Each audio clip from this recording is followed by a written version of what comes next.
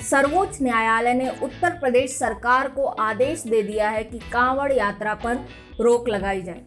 महाराष्ट्र के वारकरी समुदाय ने जब न्यायालय में अपील की कि महाराष्ट्र सरकार से उन्हें अनुमति दिलवाई जाए कि पंढरपुर में स्थित विट्ठल और रुक्मिणी के मंदिर तक वे पैदल यात्रा कर सकते हैं, इस चीज की याचिका खारिज कर दी गई। वहीं दूसरी ओर केरला में सरकार द्वारा बकरीद से पहले जो 3 दिनों की कोविड नियमों और लॉकडाउन से छूट दी गई थी, उसके ऊपर न्यायालय का इस प्रकार का आदेश आता हुआ नहीं दिखा। और तो और उत्तर प्रदेश की कांवड़ यात्रा के मामले में जहां न्यायालय ने स्वतः संज्ञान लिया था, वहीं केरला के मामले में पीकेडी नाम्बियार द्वारा याचिका दायर की गई थी।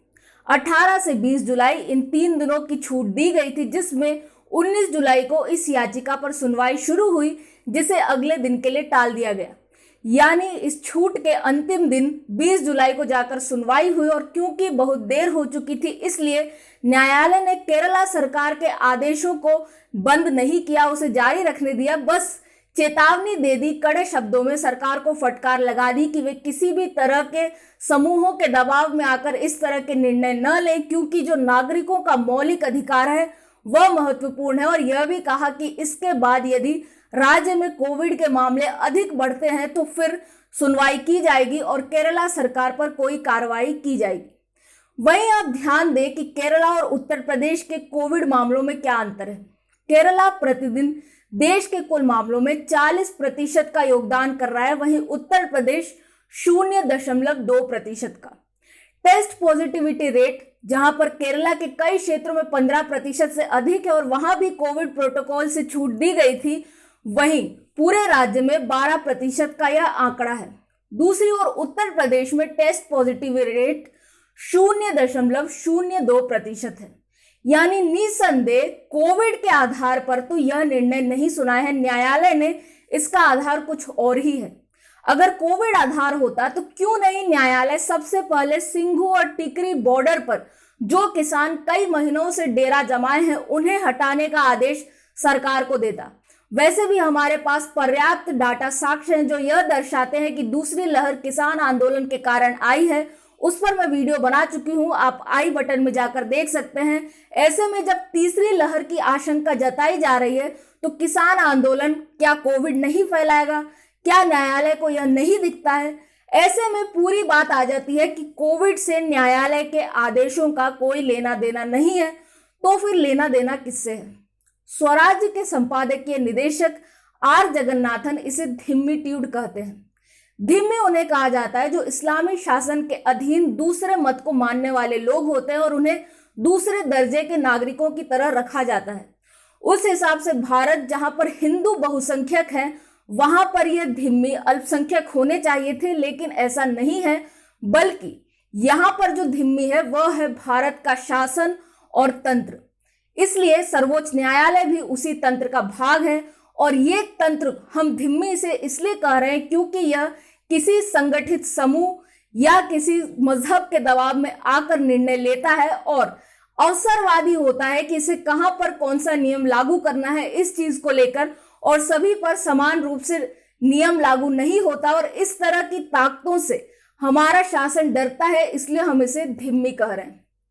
अब समझे कि ये धिम्मीट्यूड सिर्फ सर्वोच्च न्यायालय तक सीमित नहीं है।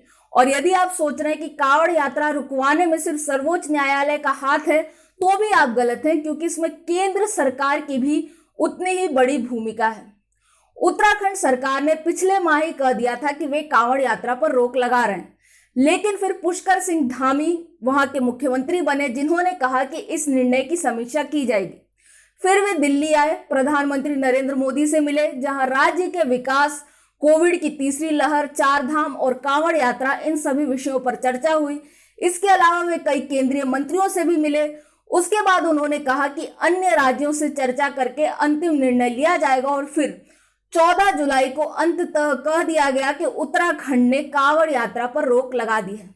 ऐसे में उत्तराखंड सरकार इस निर्णय तक कैसे पहुंची, यह आप इस निर्णय के पीछे की क्रोनोलॉजी से समझ सकते हैं। अब देखिए उत्तर प्रदेश सरकार को। उत्तर प्रदेश सरकार ने यह कहा था कि सख्त कोविड नियमों का पालन होगा।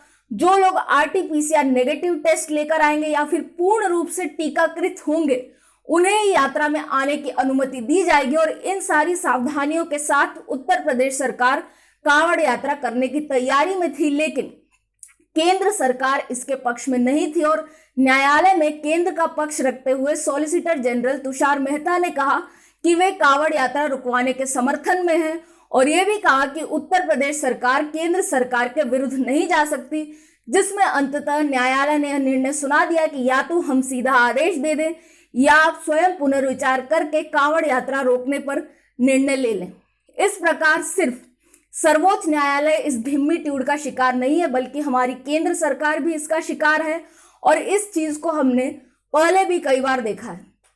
इसके अलावा केंद्र सरकार को यह भी चिंता है कि यदि दूसरी लहर की तरह ही खतरनाक तीसरी लहर आई तो इसका राजनीतिक खामियाजा भुगतना पड़ेगा, क्योंकि लोग पहले से काफी परेशान हैं कोविड की दूसरी लहर के कारण। जो लोग धार्मिक हिंदू हैं और सरकार में हैं, वे ये सोचकर चुप हैं कि जिस तरह से कुंभ मेले पर दूसरी लहर का पूरा बिना किसी साक्ष्य के दोष मढ़ दिया गया, उसी तरह कांवड़ यात्रा के साथ भी ऐसा हो सकता है। और इसलिए बेहतर होगा कि यह यात्रा हो ही न। लेकिन ऐसा करके शायद वे भूल गए कि यह जीत उन लोगों की हो जाएगी जिन्होंने कुंभ के विरुद्ध यह नकली प्रोपेगेंडा फैलाया है। लेकिन अंततः हम आ जाते हैं कि न्यायालय किस आधार पर इस प्रकार के निर्णय लेता है। यहाँ पर ढिम्मी ट्यूड से अधिक भी कुछ है, और वह है एसेंशियल प्रैक्टिस टेस्ट, यानी किसी संप्रदाय में क्या प्रथाएं ऐसी हैं जो अनिवार्य हैं। इसके लिए जहां पर अब्राहमिक मतों के पास एक पुस्तक होती है, हिंदू धर्म के साथ ऐसा नहीं है, और इसलिए जितने निर्णय लिए गए हैं जल्लीकट्टू पर, दही हांडी पर, शबरीमाला पर और अब कांवड़ यात्रा पर, वे सब इस एसेंशियल प्रैक्टिस टेस्ट पर खरे नहीं उतरते, क्योंकि न्यायालय यह कहता है कि इन्हें क्यों किया जाना है, ये न हो तो क्या हो जाएगा, ये अनिवार्य प्रथाएं तो नहीं है। लेकिन न्यायालय यह भूल जाता है कि अब्राहमिक मतों और हिंदू धर्म में कितने मौलिक अंतर हैं। यहाँ पर हिंदू धर्म में भले ही कोई एक किताब नहीं है, लेकिन कितने करोड़ भक्त हैं जो इस प्रकार की प्रथाओं का पालन सदियों से करते आ रहे हैं, और उनकी आस्था का कोई भी सम्मान न्यायालय ने पिछले इन सभी मामलों में नहीं रखा है। इसके अलावा न्यायालय के साथ एक और समस्या यह है कि यह भारतीय सभ्यता की बजाय हमारी जो प्रथाएं हैं उसे एक औपनिवेशिक दृष्टिकोण से देखता है, और उसे ये सब फिर फालतू लगने लगती है, जिसके कारण इस तरह के निर्णय सुनाए जाते हैं। वहीं जो दूसरे धर्म होते हैं उनकी प्रथाओं पर निर्णय लेने से पहले बाइबल और कुरान को देखा जाता है कि वे क्या कहते हैं।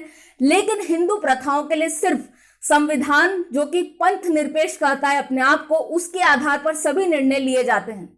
ऐसे में हिंदू धर्म की जो विविधता रही है वह हमारी शक्ति रही है, और वह आगे भी रहेगी। और हम किसी एक रूपता की बात नहीं कर रहे हैं, लेकिन इस विविधता के कारण ही ऐसा हो रहा है कि हम धार्मिक मामले पर कोई दबाव नहीं बना पा रहे हैं, क्योंकि हम बिखरे हुए हैं। क्योंकि सर्वोच्च न्यायालय यह देखता है कि दही हांडी मराठी हिंदुओं के लिए महत्वपूर्ण है, वहीं जल्लीकट्टू तमिल हिंदुओं के लिए महत्वपूर्ण है। कोई उनके लिए ऐसा त्योहार उन्हें नहीं लगता जो पूरे देश के लोगों के लिए महत्वपूर्ण है, पूरे देश के हिंदुओं के लिए महत्वपूर्ण है, और इसलिए इस तरह के निर्णय वे करते हैं। ऐसे में हम नहीं चाहते कि इस विविधता को खत्म किया जाए, बल्कि हम यह चाहते हैं कि इस विविधता के साथ साथ ही पूरे हिंदू समाज में एक ऐसी मानसिकता आए जो इस चीज को बल दे कि हमें अपनी धार्मिक चीजों के लिए लड़ना है, उनके लिए खड़े रहना है, और तब जाकर ही कोई परिवर्तन देखने को मिलेगा। क्योंकि जिस तरह का शासन अभी भारत में है वह हिंदुओं के पक्ष में जाता हुआ नहीं दिखता।